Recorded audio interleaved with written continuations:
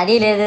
పైగా నా విగ్రహాన్ని కొనడానికి పెళ్లి సంబంధాల్లో పిల్లని చూడడానికి వెళ్ళినట్టు పొలోమను 10 మంది వెళ్తారు. అందులో ఒకడికి ఆ బొమ్మ నచ్చిందని, ఇంకోటికి ఈ బొమ్మ నచ్చిందని. నా కర్మ ఏంటంటే అక్కడ ఉన్నవన్నీ నా బొమ్మలే. మళ్ళీ తీరా 10 మందికి ఒక బొమ్మ నచ్చాక అమ్మేటోడు అలుసుగా తీసుకొని 10,000 15,000 అని బాంబు పేలుస్తాడు. ఎందుకురా బాబు ఇంత రేట్ అంటే కలకత్తా నుంచి తెప్పించాం అంటాడు. నాకు అర్థం కానిది ఏంటంటే ఎక్కడైతే నేను కలకత్తా నుంచి అయితే నాకన్నా మొనగాడు వస్తాడా, అక్కడ కూడా నేనే కదా.